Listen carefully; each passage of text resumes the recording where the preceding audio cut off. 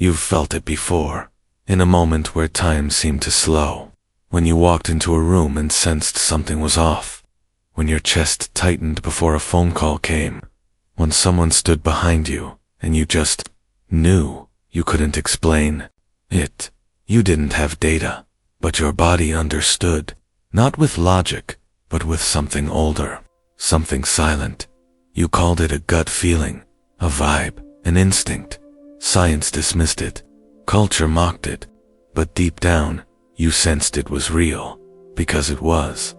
This force, this invisible current beneath your decisions, moods, and relationships is not fantasy. It's not magic in the storybook sense, but it's close. It's the electricity of your nervous system, the resonance of your emotions, the subtle signals passed between you and the world. Faster than speech and deeper than thought.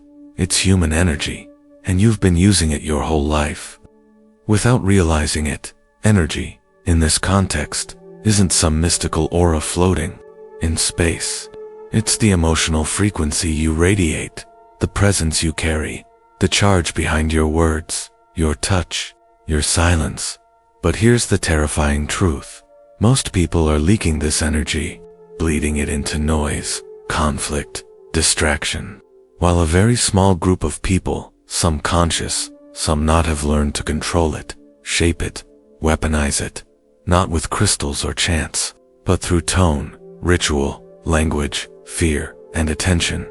Every cult leader, every dictator, every charismatic CEO, every lover who held you longer than they should have, was working with this invisible current. Some used it to heal, some to manipulate, some to dominate, and you unknowingly responded. The world is not just built on logic, it's built on emotion, on perception, on energy in motion, what we call E-motion. It's why two people can say the exact same words and evoke entirely different reactions. Why some people light up a room while others drain it. Why a single stare from a stranger can leave you feeling exposed. And why billions are spent every year trying to capture your attention, because where your attention goes, your energy flows. This force has been known by many names throughout history. Qi in Chinese medicine, prana in ancient Indian philosophy, the Holy Spirit, vital energy, orgone, magnetism, even mojo. But in modern culture, we laugh at such things. We scoff at what can't be seen or measured. And in doing so, we've lost one of the most powerful tools of human agency. Because what you don't understand, you can't control. And what you can't control, controls you. Right now, you're running on energetic autopilot, reacting to everything around you. Your phone, your job, your past, the room you're in, the people you follow. And somewhere along the way, you forgot. You are electric. You are a generator, a signal tower, a sender and receiver of invisible transmissions that shape your entire reality. This is not a theory. It's not woo-woo. It's psychological. It's biological. And it's deeply human. And yet, the system you live in doesn't want you to know that. Because a person in control of their energy is dangerous. They can't be easily sold to. They don't seek constant validation. They don't react. They respond. This is the secret invisible force you've been giving away for free. And now, you're going to take it back. Not with affirmations, not with vision boards, but by learning how energy really works emotionally, psychologically, historically, and practically, because once you understand how to direct it, protect it, and wield it with intention, you stop chasing the world, and it starts coming to you. Long before the world was divided by borders, before steel machines and concrete cities, before algorithms began shaping our desires, human beings lived by forces they could feel, but not see. They called it prana in the East, Qi in ancient China, Ka in Egypt, Ruach in Hebrew, Pneuma in Greece. Different names, same force, the subtle essence of life itself flowing through the body, the air, the earth, and all things, to the ancients. This wasn't a metaphor, it was real. Breathing wasn't just a biological function. It was a way to pull in universal life force. Movement wasn't just exercise. It was a choreography of energy. Sound wasn't just communication. It was vibration tuning the soul. They didn't separate the body from the spirit, or emotion from the physical. Everything was a continuum, and in that continuum, energy was the thread that connected it all. The Vedic traditions described nadis, invisible channels through which prana moved. The Chinese mapped out meridians, a complex energetic grid across the body. Both systems are thousands of years old, and they still work. Acupuncture, breathwork, yoga, tai chi, these aren't trends. They are echoes of ancient energy literacy. Even the Egyptians, with their temples and tombs, encoded energetic symbolism into every detail. Their gods represented forces, not characters. Thoth wasn't just a scribe, he was the embodiment of frequency, vibration, and speech as a creative power. Hieroglyphs weren't just writing. They were sigils, symbols of energetic transmission. And then came the Greeks. Philosophers like Empedocles spoke of the four elements earth, air, fire, and water as energetic archetypes. Pythagoras saw the universe as music, vibrating patterns of number and proportion. Even Plato, the father of Western thought, believed in a world of ideal forms, only accessible through the soul. All of these ancient worldviews were rooted in energy, not as a vague concept, but as the fundamental fabric of reality. But something changed. As the West moved into the age of reason, the mystical was exiled. The soul was replaced by systems, feeling by measurement, mystery by mechanism. In the name of science, we gained control but lost connection. The rise of Newtonian physics gave us laws, gravity, force, motion, but it also reduced the universe to a machine, and cold, objective, and separate from us. René Descartes split mind from body. Francis Bacon declared nature something to be conquered. The Church, ironically, joined the campaign limiting spiritual power to institutions and stripping individuals of direct access to the sacred. Energy, once felt in breath and prayer and ritual, was now confined to wires and machines. Even as vitalism, the theory that life was animated by a subtle force, flickered in the background. It was dismissed, marginalized, replaced by biochemistry and genetics, as if the mystery of consciousness could be reduced to molecules. Yet, even in the heart of science, energy never disappeared. James Clerk Maxwell and Faraday uncovered electromagnetism, an invisible force that moves through space. Nikola Tesla spoke of frequency and vibration as the key to understanding the universe. And later, quantum physics shattered the illusion of a purely mechanical world, revealing that even matter itself is mostly energy. But by then, culture had already forgotten how to feel it. We traded altars for desks, mantras for notifications, ceremonies for schedules. In the West, we replaced the sacred with efficiency, but in doing so, we threw away the manual for internal power. The rituals that once helped us center our energy became superstition. Symbols were reduced to branding. Language became literal. And intuition, our ability to feel energy, was pathologized as irrational. What we called progress was also a narrowing of perception. Yet, outside the industrialized world, something different happened. Indigenous cultures, often labeled primitive, preserved the forgotten language. Shamans, medicine people, elders still speak of energy with clarity. They listen to the land, dance to align their spirits, use sound, smoke, rhythm, and story to move energy. To the modern eye, it looks strange. To the colonizer, it looks uncivilized. But what if we're the ones who are blind? Because dismissing these traditions doesn't make us smarter, it just shows how disconnected we've become. Energy doesn't disappear because you stop believing in it. Your body still responds to it. Your nervous system still absorbs it. And your life is still shaped by it whether you understand it or not. We've built a society that ignores energy while constantly reacting to it. We laugh at vibes, but we trust first impressions. We reject auras, but we feel when someone's off. We deny intuition, but follow gut instincts when it matters most. We know, even if we pretend not to. There was a time when energy wasn't mysterious. It was language, a shared grammar of experience, passed through ritual, gesture, breath, and presence. We've lost that language, but it's still inside you, dormant, waiting. The question isn't whether energy is real. It's whether you're ready to remember how to speak it again. Because once you do, the way you see the world begins to change. Not just as a place of things, but as a field of forces, moving, shifting, responding, and you are not just a bystander, you are a conductor. Science doesn't deny energy, it just renamed it. Vibe, gut, instinct, charisma, presence. We're told we're rational beings, that thought drives behavior, that logic rules decision-making. But the truth is, something deeper moves us. A feeling in the chest, a tightening of the jaw, a sudden chill when someone enters the room. Before a single word is spoken, our bodies know something. They sense something.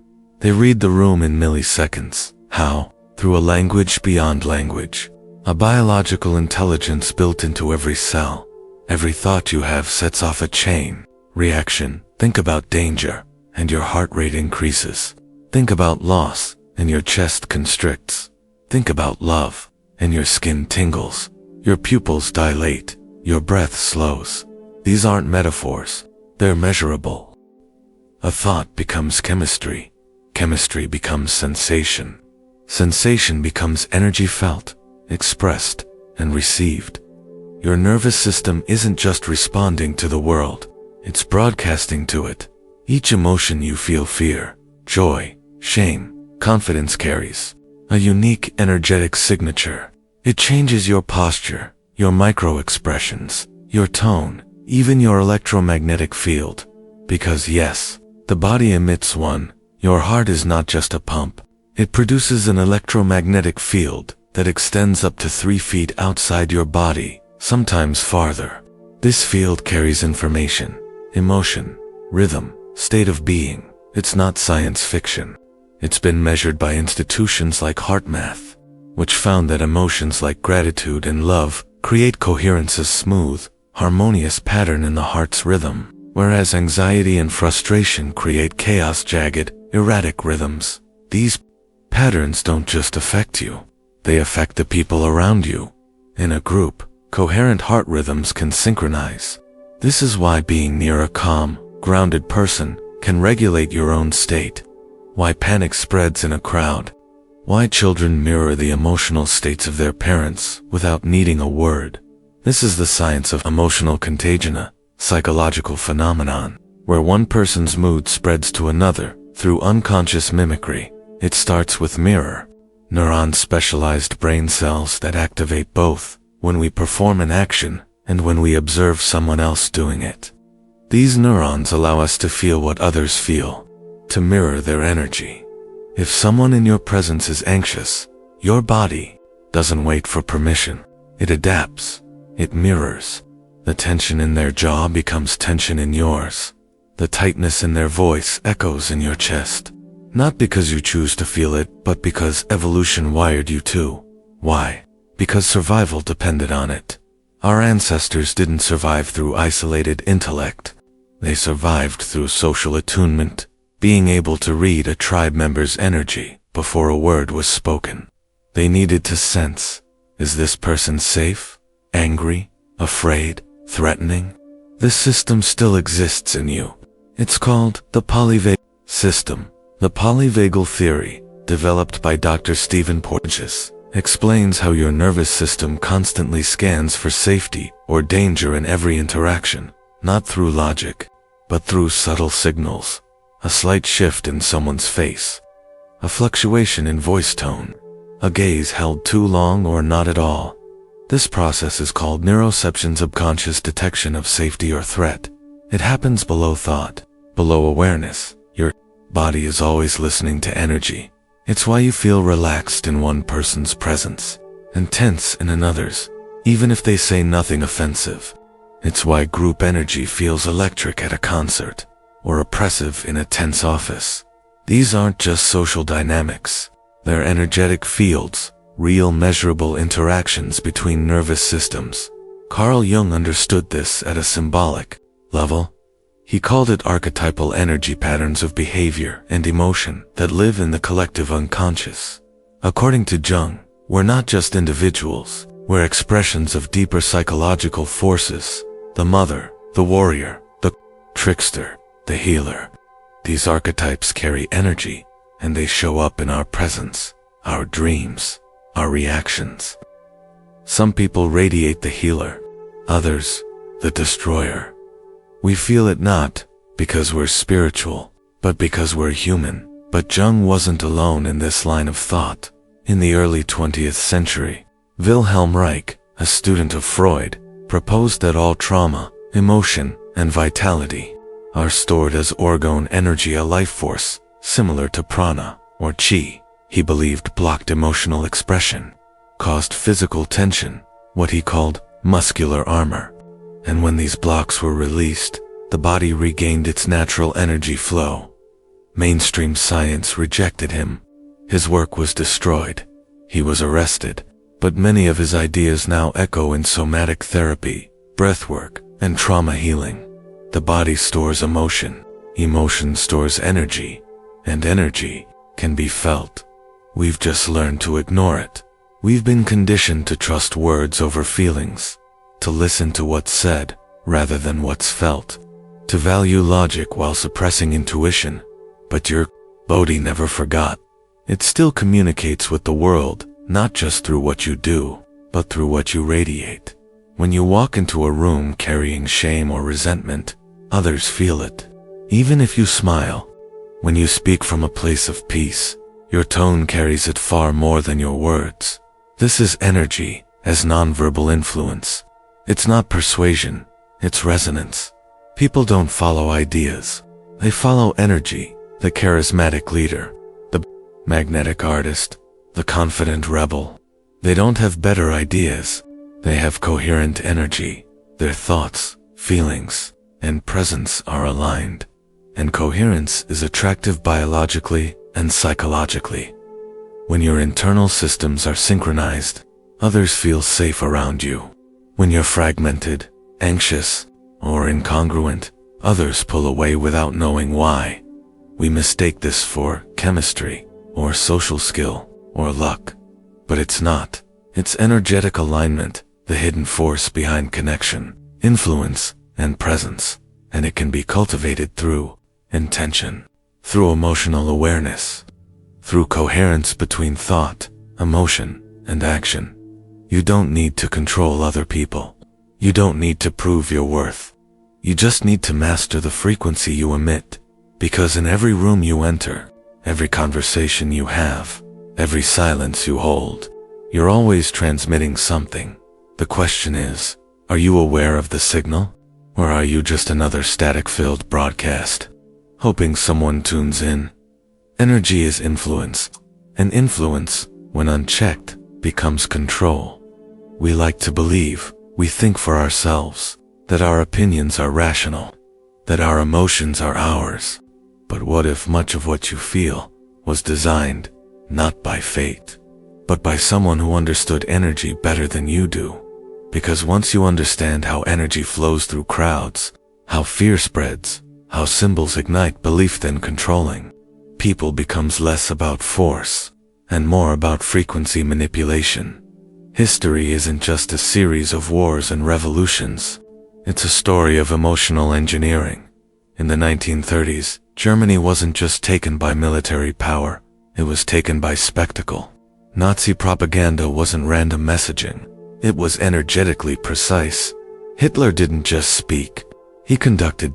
His rallies were choreographed like ceremonies, massive crowds standing in synchronized formation, banners, music, fire, all symbols meant to stir primal emotion. He used fear to contract the public's energy, then hoped to expand it in a new direction. then rage to lock it into action. This wasn't accidental. It was emotional alchemy. Turn the base emotion of fear into the gold of allegiance. Joseph Goebbels, the Nazi minister of propaganda, once said, "If you tell a lie big enough and keep repeating it, people will eventually come to believe it." But it wasn't just the repetition. It was the emotional tone of that lie, the storytelling, the symbolism, the energetic imprint, because when a story makes you feel, it bypasses your logic.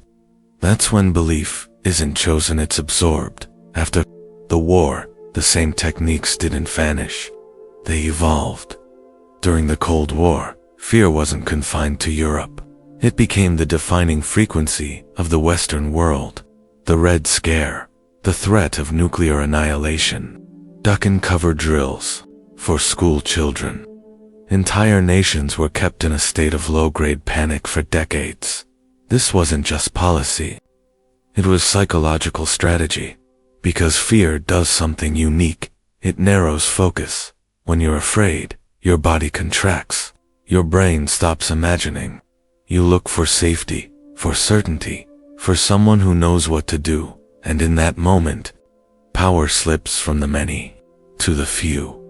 The post-war era didn't just inherit political control. It inherited emotional control. Governments and corporations began to see people, not as citizens, but as energy sources. Enter advertising. The 1950s gave birth to a new kind of manipulation, not through brute force, but through desire. Companies like Procter & Gamble and Coca-Cola began working with psychologists to craft emotional narratives. They didn't sell products, they sold feelings. The smell of a detergent wasn't about cleanliness, it was about love. The shape of a bottle wasn't about function, it was about comfort. The jingles, the logos, the bright packaging, designed to spark a Pavlovian response. Advertising wasn't selling soap, it was stealing attention, redirecting energy, hijacking the emotional field of a generation.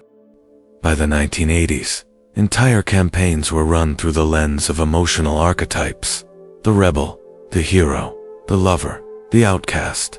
Each brand targeting a different psychic wound, a different energetic need, and we bought it. Not because we needed the product, but because we needed the feeling it promised. This is how energy is used to control, not by imprisoning the body, but by seducing the nervous system. And then came the next evolution, mass psychogenic influence. You've seen it, the viral panic that spreads faster than reason. The stock market crash that's triggered not by economics, but by emotion. The protest that turns violent when no one planned for violence. This isn't random chaos. It's the contagious nature of human energy. In 1962, in a small town in Tanzania, a laughing epidemic broke out. It started with 3 schoolgirls. It spread to over 100 students. Uncontrollable laughter, crying, fainting. For months, there was no virus, no toxin, just energy, transmitted emotionally, unconsciously. Mass psychogenic illness, one of the clearest examples of energetic resonance at scale. A crowd becomes a mirror. One person reacts, and the whole system vibrates in response. Now imagine that energy not being accidental but engineered, because today, the tools for energetic control aren't just physical rallies or billboards. They're digital algorithms. Social media doesn't just connect us, it shapes what we feel. The content you see is not neutral, it's curated to trigger emotion, anger, outrage, tribalism, envy, panic. Because these states spike engagement, and engagement means profit. Your energy or attention is monetized. Every scroll, every like, every comment becomes a transaction of your emotional current. And behind every post is a design. Color psychology, notification timing, viral trends, all crafted to manipulate your dopamine system, to keep you hooked, reacting, clicking. You are not the user, you are the product. A battery plugged into a system that feeds on your time, your thoughts, your nervous system. Even political speeches today aren't written for truth. They're written for resonance. Tone over content. Image over substance. A leader with no logic, but powerful emotional delivery can move millions. Because when language aligns with primal emotion, it bypasses reason entirely. This is how cults form, how wars start, how societies polarize. It's not about facts, it's about energy, where it's directed, who's controlling it, and what stories are used to guide it. Because energy is always being moved. The only question is, are you moving it, or is someone else moving it through you? Symbols carry energy. Flags, logos, hashtags, even memes. They seem innocent, but they activate subconscious associations. A symbol is a frequency, and frequency dictates feeling, and feeling directs action. This is the machinery of control, and unless you're aware of it, you are a node in someone else's system, an amplifier of their message, a pawn in their narrative, a vessel for their agenda. Because if they can make you feel, they don't need to make you think. And if they can control what you feel, they can control what you do, what you believe, what you buy, what you fear, what you fight. You are a battery to someone else's agenda. Lest you learn to wield your own current, and that begins with recognizing the game. The war for your energy isn't a future dystopia. It's now. It's in your phone, your media, your feed. It's in the emotional tension you carry, in the outrage that feels righteous, in the fear that feels justified. But if the emotion didn't come from you, then whose is it? And what is it doing to your field? Energy isn't just something you have, it's something you must protect, guard, direct. Because when you reclaim it, when you no longer give it away to fear, to fantasy, to manipulation, you stop being a pawn and start becoming a player. Most people aren't tired from doing too much. They're tired from feeling too much without knowing how to contain it. We think of exhaustion as physical. We blame work, sleep, diet. But often, our deepest fatigue doesn't come from what we do. It comes from where our energy goes. Energy. Leaks aren't loud. They're subtle. They're daily. They're invisible. And they drain us long before we realize we've been emptied. You wake up before your feet touch the ground. You check your phone, news, notifications, opinions. Instantly, your mind is somewhere else, in someone else's story, their crisis, their outrage, their curated life. You haven't even started your day, and already, your energy is fractured. This is the first leak, constant external orientation. When your attention is always outward, your energy never has time to gather inward. You become a passive reactor to the world, jumping from one stimulus to the next, from dopamine hit to cortisol spike. Reacting, scrolling, comparing, judging, absorbing, and comparison is the silent killer. Social media isn't just entertainment.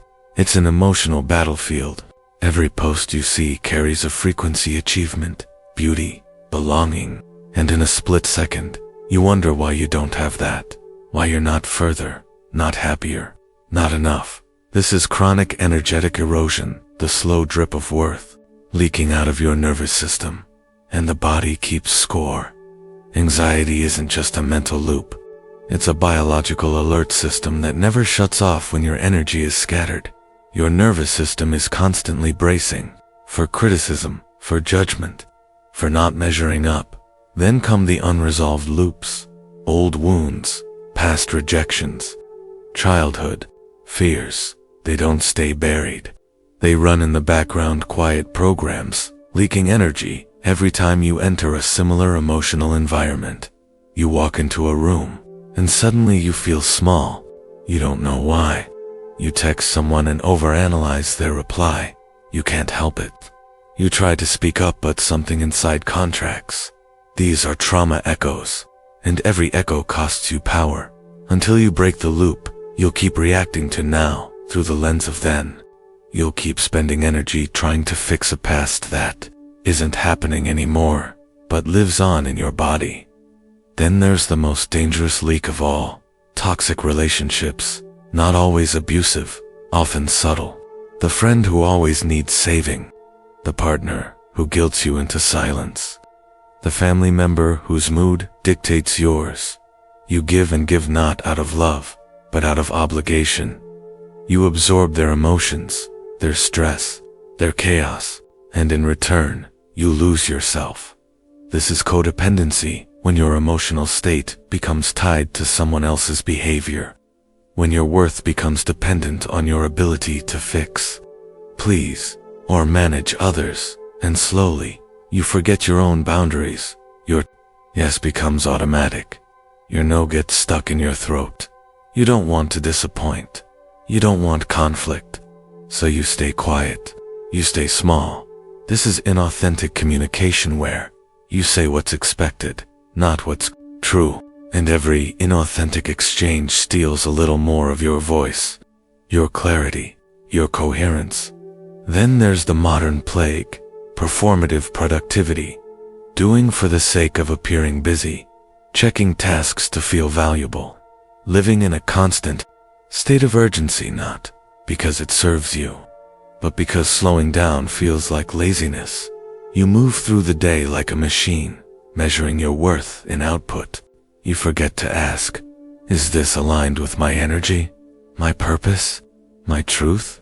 Because somewhere along the way, we started believing that doing more is the same as being more. It's not. More input doesn't mean more fulfillment. More output doesn't mean more power, especially when it's driven by cognitive dissonance. The psychological tension that arises when your actions don't match your values. When you act like everything is fine, but your chest is tight. When you smile, but you're resentful. When you say yes, but mean no. That dissonance fractures your field. It splits your energy into pieces, each one fighting for control, and in this fragmented state, decision-making becomes another drain, because we're bombarded with choices, constantly, what to eat, what to say, what to watch, what to wear. This is decision fatigue when the brain burns out from endless micro-decisions, leaving you depleted, unfocused, numb. It's not that you lack time, you lack energetic containment. You give your power away bit by bit through every unfiltered input, every forced smile, every repressed truth, and at the end of the day, you collapse. Not because you ran a marathon, but because you carried the weight of 100 unconscious transactions. Leaked energy is harder to spot than time wasted, because it doesn't live in your schedule, it lives in your state. It's in the tension behind your eyes, the weariness in your chest, the dull ache of being on all the time without knowing why, and no amount of coffee, sleep, or self-help tips can fix it, because it's not about doing more. It's about feeling less scattered, less divided, less pulled in 100 directions. You don't need more motivation. You need more boundaries. You don't need a better to-do list. You need fewer energetic commitments that don't serve you. You don't need to be everywhere. You need to come back to yourself. Your energy is your most sacred resource. It powers your thoughts, your presence, your purpose, but only if you contain it, protect it, direct it. Otherwise, it's not yours. It belongs to the algorithm, to the endless feed, to the expectations you never agreed to. And until you recognize where your power is leaking, you'll keep wondering why you're so tired, without ever stopping to ask, who's unplugging your soul? There's a moment when a person realizes their life isn't shaped by time, talent, or even intelligence. It's shaped by what they pay attention to. Because attention is not neutral. It's currency. It's electricity. It's a magnifier of energy. Whatever you focus on grows. And most people never truly understand this. They scatter their attention on noise. To feel what's true, to hold your center in chaos, that doesn't require a plan. It requires awareness. When you begin your day with a clear, energetic intention, not for what you want to achieve, but for how you want to be, you're no longer drifting, you're directing. And that direction becomes magnetic, because energy that's focused regulated, and embodied, becomes attractive not in the superficial sense, but in the deeper biological and psychological one. It creates coherence. Coherence isn't perfection, it's internal alignment. When your thoughts, emotions, and actions point in the same direction, you become more than a person moving through the world. You become a field of resonance, one that influences rooms, conversations, outcomes. This isn't mystical. It's nervous system science. It's attention economy strategy. It's behavioral psychology. And coherence starts in the body. Before you can channel your energy into the world, you need to stabilize it inside yourself. This begins with emotional regulation.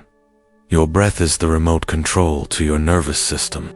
Not deep breathing for relaxation, but conscious breathing is a way to tune your internal state. When you slow your breath, you slow your thoughts. When you exhale fully, you release stored tension. This is biology, your vagus nerve, your heart rate variability, your adrenal response. Combine breath with somatic release movement, shaking, sound, pressure, and your energy starts flowing again. Stuck emotions begin to move. Suppressed fear finds exit routes. You're no longer trapped in the past, you're back in your body, in the present. And in the present, energy becomes accessible, but you can't harness it in noise. You need stillness. Solitude isn't a luxury, it's a reset button. In silence, your mind stops reacting, your field reorganizes. You remember who you are when the world isn't watching. Stillness gives birth to coherence, and from that coherence, you can begin to set symbolic anchors, because the unconscious mind doesn't speak in language, it speaks in symbols. This is why ancient rituals worked, not because of superstition, but because ritual engages the subconscious. Lighting a candle, wearing a specific color, touching a sacred object, saying a phrase. When done with intention, these small actions signal something deeper. I am entering a new state. I am choosing a new frequency. This is the power of ritual, personal technology for recalibrating energy. It creates a container for power to accumulate rather than scatter. The same is true for movement. Your body is not a vehicle, it's an instrument. How you sit, walk, breathe, stand, it all shapes your energetic output. Practices like Tai Chi, yoga, and intentional dance aren't just exercise. They are ways of bringing energy into flow, becoming conscious of your field. When movement becomes intentional, the body stops being a storage unit for stress and starts becoming a channel for expression. This builds energetic state where your inner and outer worlds begin to sync. And once your energy is flowing, the next step is protecting it. In a world designed to hijack your attention, digital hygiene is not optional. Each notification is a thread pulling you away from your center. Each scroll is a hand reaching into your nervous system. Selective consumption is spiritual warfare. What you read, what you watch, who you follow, these are energetic inputs. If your feed is filled with rage, fear, or comparison, your field becomes chaotic. The antidote is curation. Choose content that nourishes, silence that invites clarity, environments that respect your coherence, because you can't rise above the energy you absorb. This isn't about isolation, it's about discernment. And with discernment, you stop being a sponge and become a transmitter. You stop reacting, you start creating. This is not the manifestation language of magical thinking. This is alignment in action. When your attention, emotion, and behavior form a feedback loop of intention, your entire system becomes a magnet for resonance. You no longer chase outcomes. You embody states that attract them. Peace attracts peace. Clarity attracts clarity. Power attracts situations that demand it. And even if the world doesn't change, your experience of it does, because the way you show up shifts the field around you. When you control your energy, you don't chase outcomes, you attract alignment, and alignment is the only sustainable power in a world built on distraction. It doesn't burn you out, it doesn't fracture your mind, It doesn't pull you in 100 directions. It grounds you in one, your own. You've felt it in the quiet after chaos, in the stillness between thoughts, in the moment you stopped trying to control everything and started listening to what was already within, not outside, not in books, not in someone else's voice, but in the subtle, electric pulse of your own awareness. This journey was never about becoming more. It was about remembering that you were never empty, never broken, never powerless, just disconnected, because that's what the world teaches you, to reach outward, to seek validation, to measure your worth by what you produce, how you perform, who approves. But what if the thing you've been waiting for was always inside? Not some mystical force, not a secret shortcut, but the energy of being fully awake to your own experience, the power to feel deeply and not flinch, to choose deliberately and not drift, to stand in your own presence without apology, without performance. That is magic, and not the kind of magic found in fiction, but the real kind, the kind that turns attention into influence, emotion into momentum, presence into power. Because when you stop leaking energy to fear, noise, and manipulation, what remains is pure signal, unfiltered, unbothered, alive, and the world begins to respond to you differently. Not because it changed, but because you did. You stopped asking for permission. You stopped seeking in places that could never satisfy. You started showing up not for validation, but from clarity. That shift, that's energetic sovereignty, and it's more radical than rebellion, because in a system built on control, distraction, and choosing to be whole is the ultimate act of defiance. They told you to look outside for answers, to chase what's already within, to numb what's inconvenient, to fit what's never been yours. And it worked for a while. But now you see the game, the way attention is stolen, the way emotions are weaponized, the way power is outsourced, and you see the cost, not just in burnout, but in the quiet grief of living disconnected from yourself. That grief is sacred because it signals truth, the truth that you were meant to be more than a consumer of other people's narratives. You were meant to create your own field, to wake up in the morning and choose how to feel, how to move, how to carry your energy through a world that's constantly trying to fracture it. And no, it's not easy, because reclaiming your energy means feeling everything you've avoided. It means confronting your habits, your shadows, your reflex to shrink. But beneath all that is coherence, wholeness, alignment, and that alignment is not a destination. It's a practice, a breath, a boundary, a return. You don't have to be perfect. You just have to be present, because presence is rare. In a world that wants you asleep, distracted, reactive, choosing to be here, fully here, is revolutionary. And that's where your power lives, in your attention, in your intention, in how you respond to a world that profits from your reaction. You are not here to be used. You are here to be aware, to be deliberate, to be rooted, to be free. Not in the sense of escaping the world, but in the sense of not being owned by it. This is what they don't teach, what systems don't want you to know, that your energy contained, focused, felt is the most valuable resource on the planet. Not oil, not data.